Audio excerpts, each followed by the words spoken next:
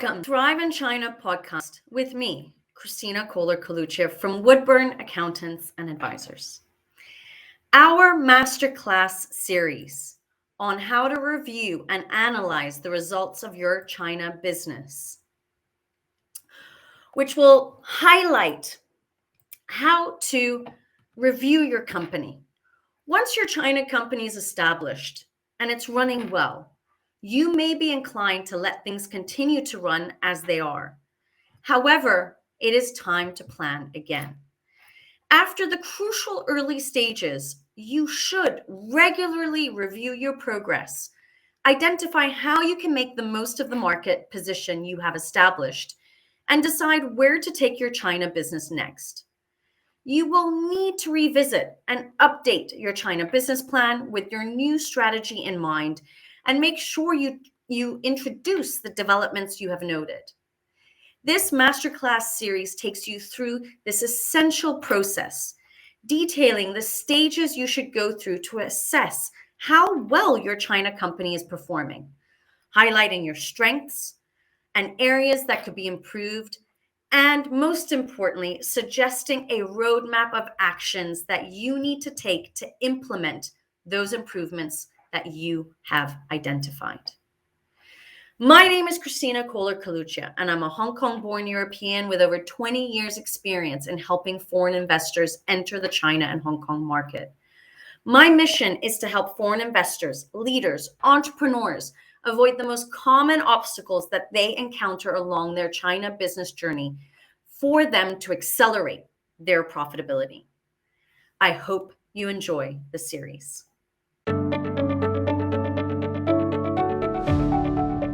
We are now going to hit session 5. Session 5 are the 10 reasons why some businesses are not successful in the Chinese market. These are leadership traits that I have outlined from my own personal experience and also observing clients, entrepreneurs in China. In order to be able to review and analyze your business, you also have to understand what your faults are, what your weaknesses are in terms of developing the China business. And so let's get cracking. I need at least 30 to 40 minutes more of your time, guys, to get moving along. And then we'll conclude the whole Masterclass series. The first reason number 1, is the refusal to adapt. If it ain't broke, don't fix it. False. Improvement is always possible.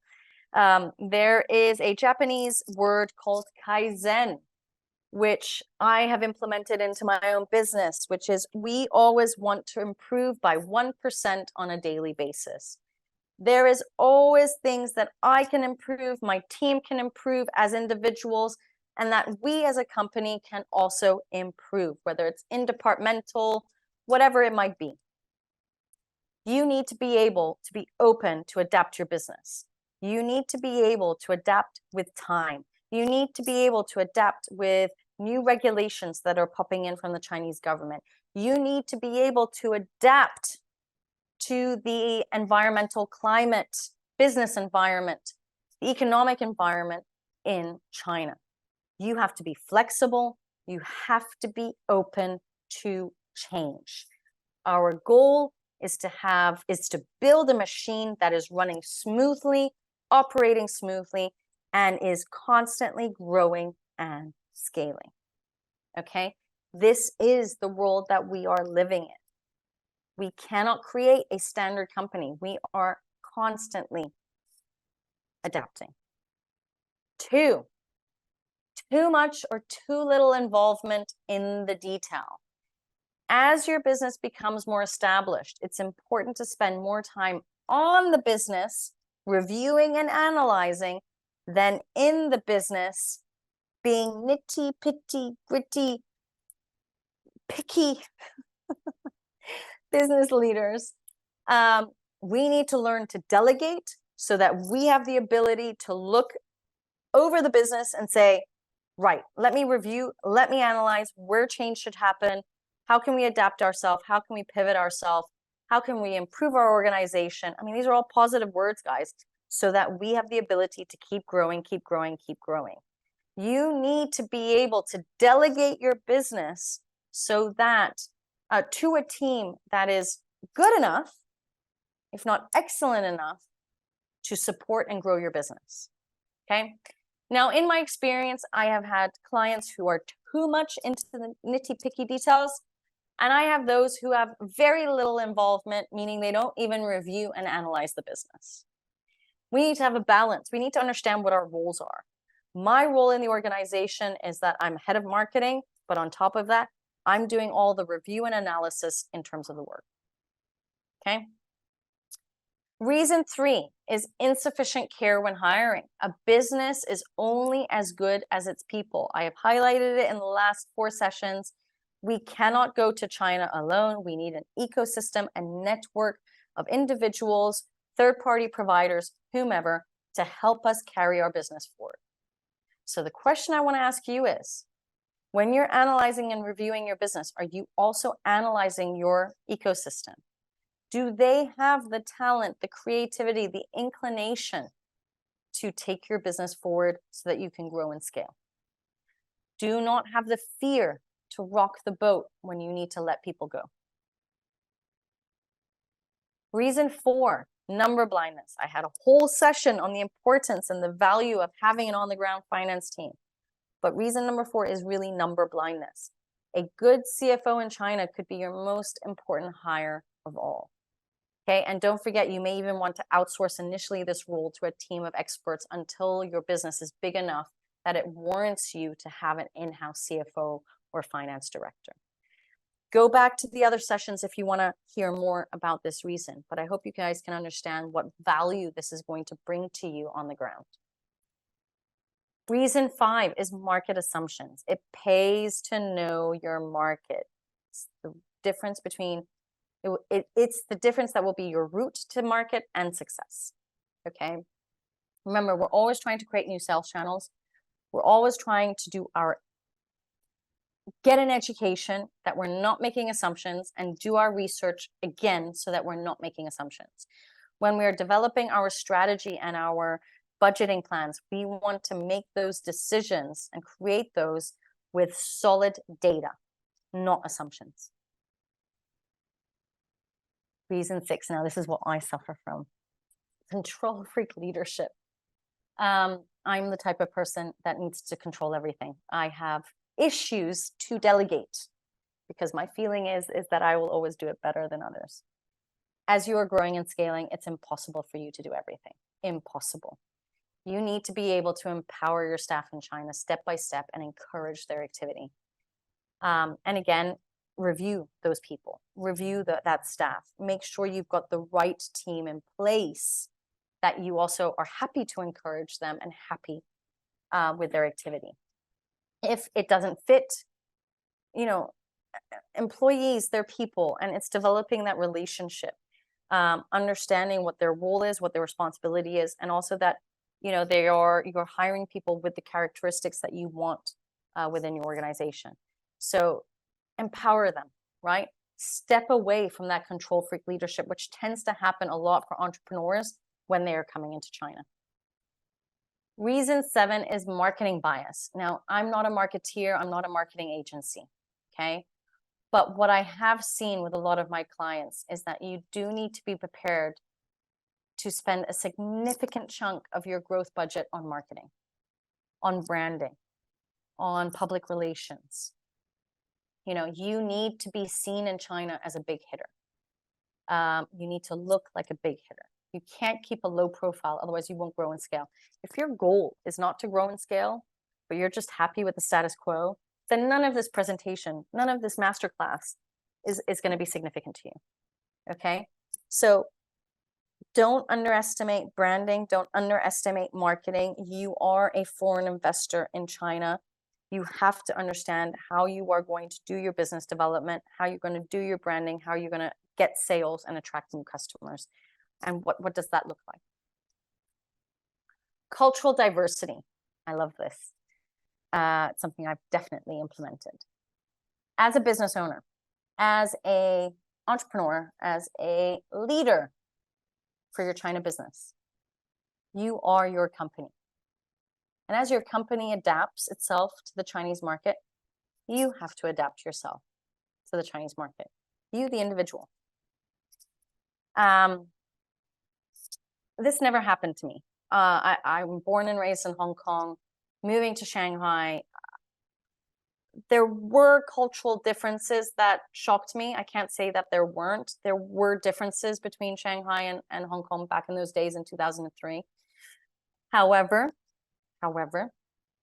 I was able to adapt myself because I came from an environment where I was already an outsider without realizing I was. Even though I was born in Hong Kong, I knew I looked different than the Hong Kong Chinese, but I felt that was my home, and I just felt like it was my home.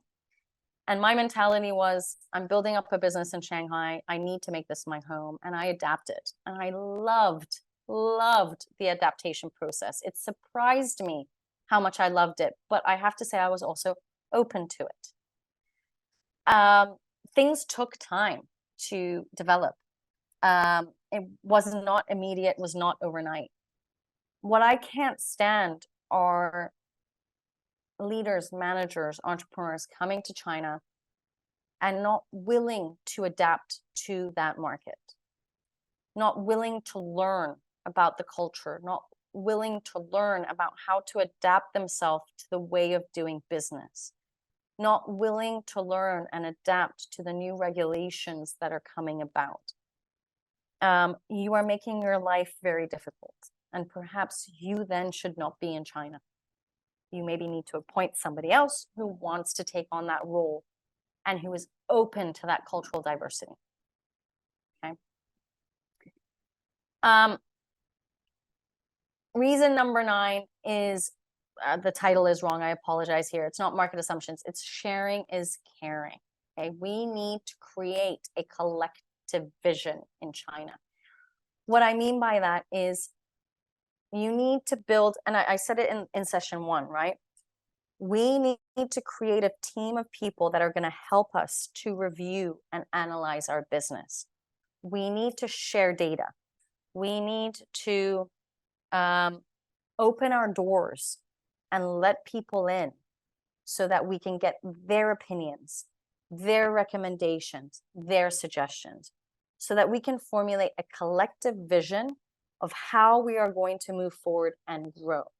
This will, number 1, help you to retain employees. It will help you to formulate a better relationship with employees and your team members, or even third parties. I always say this to my children were much younger: sharing is caring. Now, when we go to China, we have the tendency to be a little bit reserved.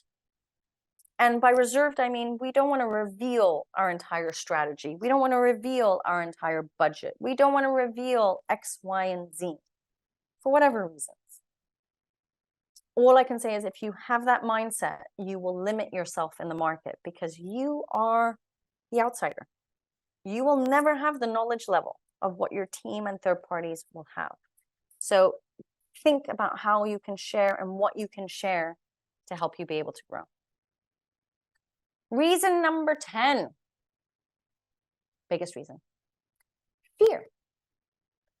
COVID, well, China in general instills a level of fear, but I think COVID completely increased that level of fear and have caused a lot of companies, business leaders, owners, entrepreneurs to think twice about going into China, about expanding in China. There's a type of mindset block. You need a therapist for that. Fear is very common. I think everybody has it. There is a certain level of fear about the amount of financial resources that are being put into the investment, about hitting those goals and targets. There is not only a lot of fear, there is a lot of pressure being placed. In order to get over that fear, you have to think about what I talked about in session 4, was developing that China roadmap. Developing awareness, right? Considering your options, making decisions, getting help, and building your ecosystem so that you have that ability to hit those milestones. Constantly doing SWOT analyses. Again, as I said in session 4, I want people to be able to sleep at night. I want you to be able to sit at your desk and think, wow, everything in China is going, corporate governance is there. If there are things that are not working out, you're not hitting targets and whatnot, do a review and analyze your business. I've given you a bunch of tips and action plans today about how to get that done. So go get that help. Build your ecosystem so that you have the ability to review and analyze, okay? But follow that roadmap as well to limit your fear so that you have the ability to sleep at night and to also limit that pressure. The pressure probably will always be there because China will always have these high targets and whatnot, which is a great motivational tool, don't get me wrong. But obviously, there are circumstances which can be unavoidable. Who knew those Shanghai lockdowns were going to last? What were they, 6-7 weeks? Who knew that was going to happen? Nobody knew, okay? So we need to be able to pivot our businesses very quickly, be able to analyze, review our businesses, and create a standard process on how to do